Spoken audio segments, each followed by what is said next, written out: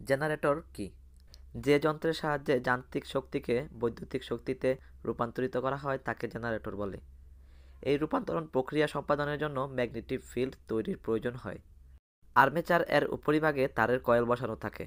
চুম্বক ক্ষেত্রের ভিতরে আর্মেচারটিকে ঘোরানোর জন্য প্রয়োজন হয় একটি প্রাইম মুভার ইঞ্জিন।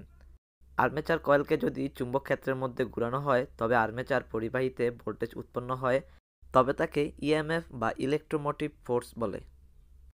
জেনারেটর সাধারণত দুই প্রকার: এক এসি জেনারেটর, দুই ডিসি জেনারেটর। বর্তমান যুগে এসি জেনারেটরের প্রচলন সবচেয়ে বেশি।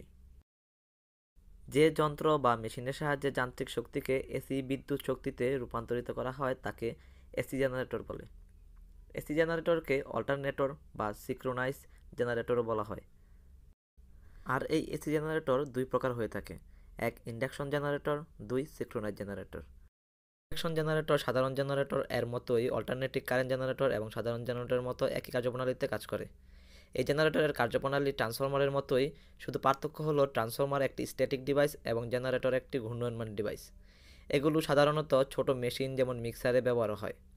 সিক্রোনাইজ জেনারেটর: এই জেনারেটর হচ্ছে অল্টারনেটিং কারেন্ট জেনারেটর যেটা সিক্রোনাইজ স্পিডে ঘুরে। এগুলো পাওয়ার প্ল্যান্টে ব্যবহার করা হয় এদের উচ্চ দক্ষতার কারণে। সিক্রোনাইজ জেনারেটর ইলেকট্রোম্যাগনেটিক ইন্ডাকশন ফ্যারাডের সূত্র অনুসারে কাজ করে। ডিসি জেনারেটর: ডিসি জেনারেটর হচ্ছে ডাইরেক্ট কারেন্ট জেনারেটর, যা হচ্ছে এক প্রকারের ইলেকট্রিক্যালের মেশিনের মতো কাজ করে, যা মেকানিক্যাল এনার্জিকে ডাইরেক্ট কারেন্ট রূপান্তর করে। এই রূপান্তরণ প্রক্রিয়াটি ইন্ডাক্ট ইএমএফ এর নীতি অনুসরণ করে।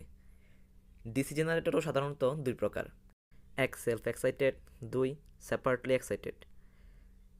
সেলফ এক্সাইটেড: এই ধরনের জেনারেটরে ফিল্ড কয়েলগুলো এনার্জাইজড হয় জেনারেটর দ্বারা উৎপাদিত কারেন্ট দ্বারা।